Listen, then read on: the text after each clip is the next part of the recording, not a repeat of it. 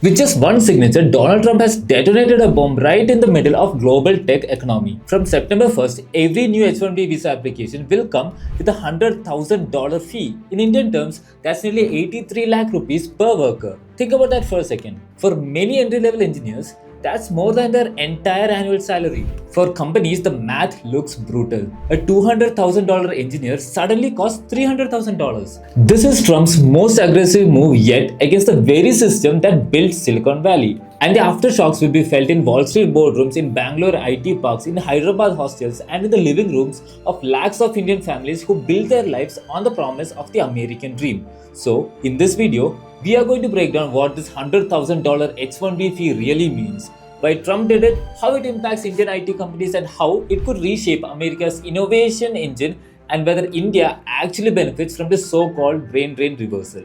The H-1B visa isn't just a piece of paper, it's been one of the most powerful drivers of global innovation over the last 3 decades. Created in 1990, the H-1B was designed as a stopgap measure. America knew it had a problem. It didn't have enough highly skilled professionals in science, technology, engineering, and mathematics. So, Congress created a pathway for companies to hire foreign talent to fill that gap.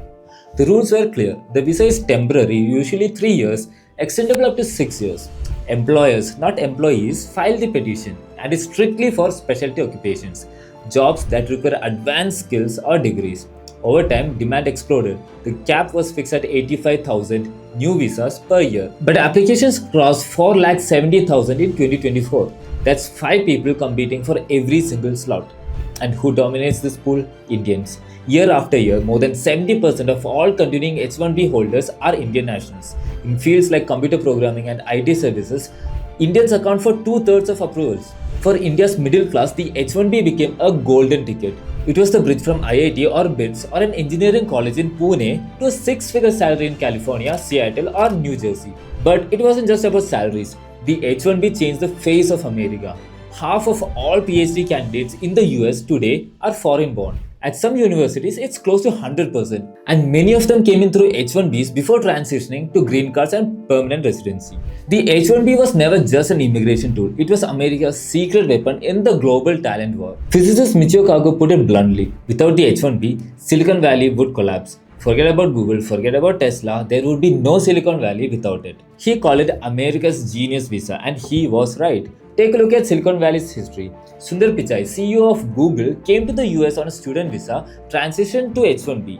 Satya Nadella, CEO of Microsoft, same path. Arvind Krishna of IBM, Jayashree Ullal of Arista Networks, Shantanu Narayan of Adobe. The list goes on. These weren't just jobs, they become industry leaders shaping trillion-dollar companies. Even Elon Musk, today one of the richest men in the world, has openly defended the H-1B. He said, "I'm in America because of a visa. The system may be broken, but without it, Tesla and SpaceX would not exist as they are today." In fact, he once said he'd go to war to defend the H-1B because it's what gave America its edge in global innovation.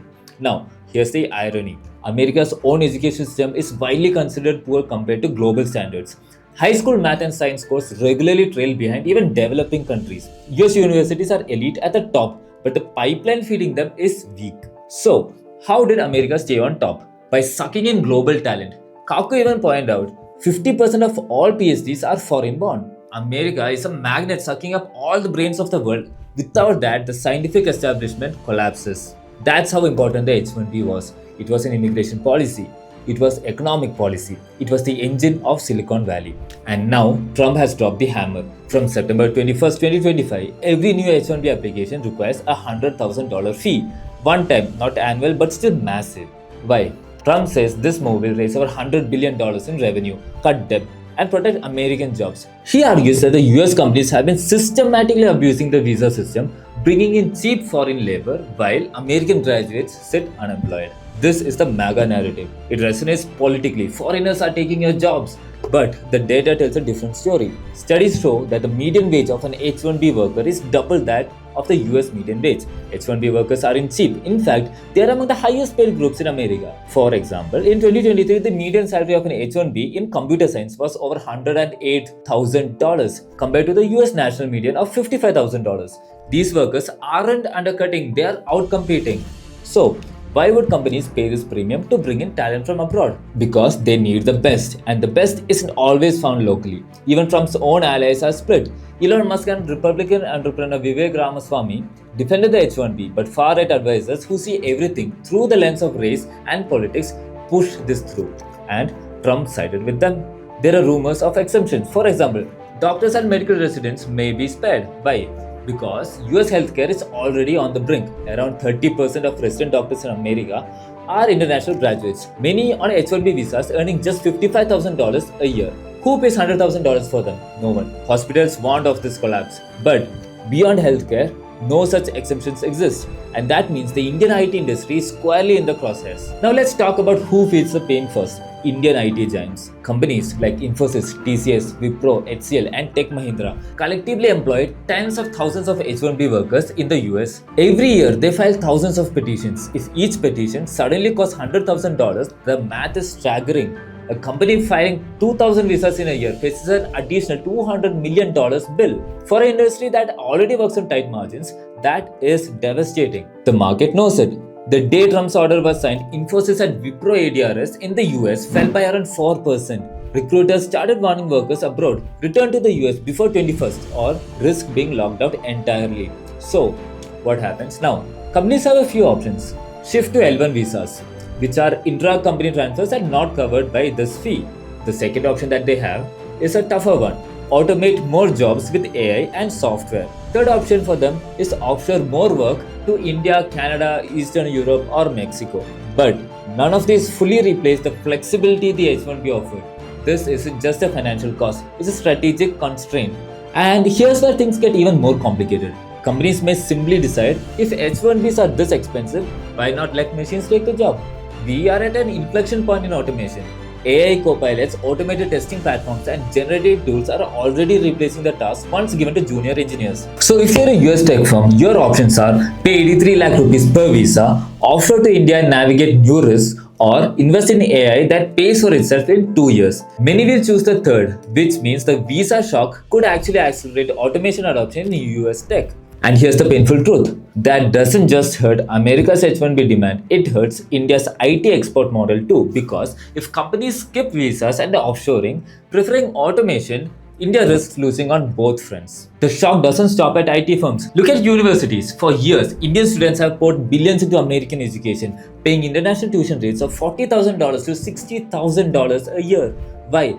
Because at the end of it, they could get an H-1B, land a job and repay those loans. Now imagine telling those students, after paying 1.5 crore rupees for your degree, you will need another 83 lakh rupees just to get a visa. How many will still go? If inflows drop, America's university business model collapses, they rely heavily on international students to fund research and operations, and then there's innovation. America's edge in AI, chip design, biotech all depends on global talent. If H-1B suddenly dries up, those industries slow down. Competitors like China are watching closely. China already runs a 1,000 talents plan to lure back its diaspora. If America is pushing Indian and Chinese engineers away, China and Canada and Germany are waiting with open arms. But here's the twist. Some believe this is just Trump's style. Shock and retreat. There's even a term in Washington, taco. Trump always chickens out. He makes a shocking announcement, creates panic, then quietly walks it back later claiming, hey, it was all part of a negotiation strategy. Trade wars, tariffs, NATO funding, we've seen this play before. Could this $100,000 fee also be a bargaining chip? Especially with India-US trade talks scheduled in the coming months? Maybe. Trump could easily roll this back and declare victory. But here's the risk. Not all of Trump's decisions get reversed. Remember the travel ban of 2017? Or the COVID H-1B freeze in 2020, those stayed. So we cannot dismiss this as mere theatre. The uncertainty alone is enough to disrupt companies and families. Now let's turn the lens back home. For decades, India's brightest engineers left for America, the so-called brain drain. Entire IIT batches ended up in Silicon Valley and India was left wondering, when will our talent stay here? Now, with Trump's visa barrier, many may not leave. Some may even return. Experts say many won't come back to India. Instead, they'll go to Canada, they'll go to Germany, the UK, or even Dubai. These countries have smoother immigration, better salaries, and more stable policies. Yes, some will return to India, and here's where the opportunity lies. Imagine thousands of world-class engineers, coders, AI scientists, and biotech researchers staying back in India. That's raw fuel for a startup ecosystem. Instead of building unicorns in California, they could be building them in Bangalore, Hyderabad, or Gurugram. This is the startup brain gain moment. But here's the catch. If 50,000 skilled returnees suddenly flood India's job market and we don't have enough labs, venture capital, or research programs to absorb them, wages could fall instead of rise. That's the returnee saturation problem. Talent without an ecosystem doesn't create innovation, it creates underemployment and frustration. And this is where India is not ready. Unlike China, we don't have a national program to lure back and fund our best engineers. Without that infrastructure, talent may stay idle or eventually move again, this time to Canada or even Germany. Okay, now let's zoom into India's middle class. If more talent stays back, there will be a short term win. A livelier startup ecosystem, more innovation, more knowledge workers at home. But there will also be pressure points. Highly paid engineers returning home bring higher purchasing power. That means they can outbid the average middle class family for apartments, for private schools, for healthcare. The 1 crore flat in Bangalore's Whitefield was already expensive, could now suddenly shoot up to 1.5 crores as demand explodes. School fees in urban centers, already painful for parents, could rise further. So, while the narrative is India gains talent, the middle class may experience it as inflation in daily life, more competition for the same resources, more crowding in already stretched cities. This is the paradox. The same inflows that boost startups and innovation can quietly squeeze the middle class. Now let's add a new twist to the story. As the US tightens its borders with a $100,000 H-1B fee, China is throwing its doors wide open. Beijing has just launched the K visa starting October 1st, and it's being pitched as direct rival to the H-1B, but with fewer restrictions. What does it offer? 10-year multiple entry, work permits for spouses and dependents. No need for a job offer upfront. You can enter China, look for work, do research, or even start a business. And for higher achievers, a fast track to permanent residency. In other words, while the US is telling foreign talent pay up or stay out, China is saying come in, build your future here. This is part of a larger strategy. China already has hubs in Shanghai, Shenzhen, and Beijing, pumping billions into AI chip design and biotech. Now, they want to fill those labs with the very people America is pushing away. For India, this is a very serious challenge. We thought US restrictions might mean reverse brain drain, Indian engineers staying home, powering our startups. But what if they don't? What if they choose China instead? Because here's the reality. China offers infrastructure, funding, and research opportunities that India still struggles to provide. And if Indian professionals frustrated with H-1B start looking east instead of west, it undermines our dream of becoming the next Silicon Valley. This is the global talent war. The US is closing doors, China is opening them, and unless India acts fast, we risk watching our best talents flow into Beijing and Shanghai instead of Bangalore. For decades, America's secret weapon wasn't its military or even its corporations. It was immigration. The H-1B was the genius visa that turned Indian engineers into Silicon Valley legends.